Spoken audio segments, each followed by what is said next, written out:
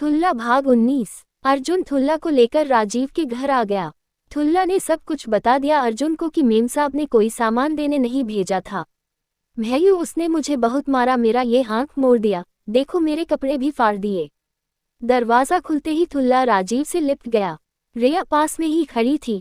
राजीव कुछ कहता उससे पहले ही रिया ने ठुल्ला को पकड़ लिया और उसके बाल संवारते हुए बोली, अरे कहाँ गिर गया तू, और ये कपड़े कैसे फट गए तेरे? मैंने एकता के घर तुझे भेजा कुछ सामान लाने, उसने कुछ दिया नहीं किया। रिया ने न जाने कितने सवाल एक साथ कर दिए ताकि राजीव की नज़रों में भली बनी रहे। अर्जुन ने ठुल्ला को अपनी तरफ खींचते हुए रिया से कहा, दिया है न एकता मैडम, बहुत कुछ दिया है।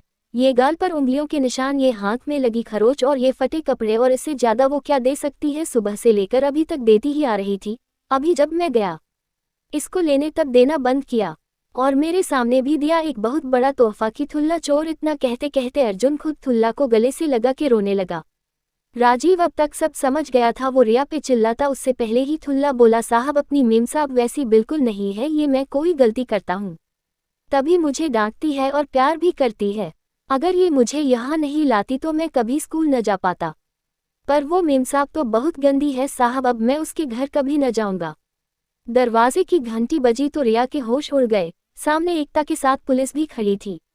पुलिस वालों ने पहले ही राजीव की नेम प्लेट पढ़ ली थी जिस पर लिखा था कमिश्नर इनकम टैक्स।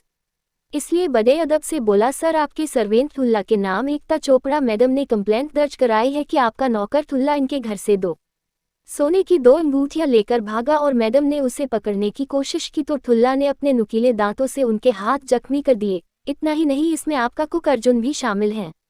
मैडम ने खुद देखा कि ठुल्ला चोरी की गई अंगूठियां अर्जुन को दे रहा था। जब तक मैडम इनके करीब जाती तब तक ये दोनों लिफ्ट में घुस गए। पुलिस के मुंह से एकता की बताई गई मनगढ़ंत कहानी सुनकर रिया ने अपना मुंह खोल दिया और बोली, इंस्पेक्टर हमारे दोनों ही नौकर चोर नहीं हो सकते, बल्कि एकता ने मुझे फ़ोन करके कल बताया कि उसके घर पर काम करने वाले नौकर 3 दिन से नहीं आ रहे। तो तुम एक दिन के लिए ठुल्ला को मेरे घर भेज दो, बस इतनी सी सच्चाई है, बाकी सब झूठ है। एकता का मुंह उतर गया। राजीव ने इंस्पेक्टर से कहा, आप ऐसा करिए, नीचे गेट से लेकर एकता मैडम के घर तक की सीसीटीवी फुटेज चेक कर लीजिए। दूध का दूध और पानी का पानी हो जाएगा। आपको गेट पर टाइम पता चल जाएगा। वहीं दूसरी तरफ अगर मैं गलत नहीं हूँ, मेरी जानकारी में एकता चोपड़ा मैडम ने अपने घर के कोने कोने में सीसी कैमरे लगा रखे हैं। राजीव की बातें सुनकर एकता पसीने से तरबतर हो गई। उसने अपनी साड़ी के पल्लू से पसीने को पोंछते हुए कहा, इंस्पेक्टर साहब मैं अपने घर में देख लेती हूँ, अंगूठियाँ हो सकता है मैं कहीं रख कर भूल गई। मैं अपनी कंप्लेंट वापस लेती हूँ। I am very sorry to disturb you. Police वाले ने एकता चोपड़ा को हड़काया और बोला, आपने हमारा इतना कीमती वक्त खराब किया, आगे से ख्याल रखिए, आप सब शरीफ लोग हैं, बेवजह एक दूसरे पर इल्ज़ाम न लगाएं। इंस्पेक्टर ने राजीव को सैल्यूट किया और सॉरी कहकर चला गया। एकता खिसियाती हुई लिफ्ट की तरफ बढ़ गई।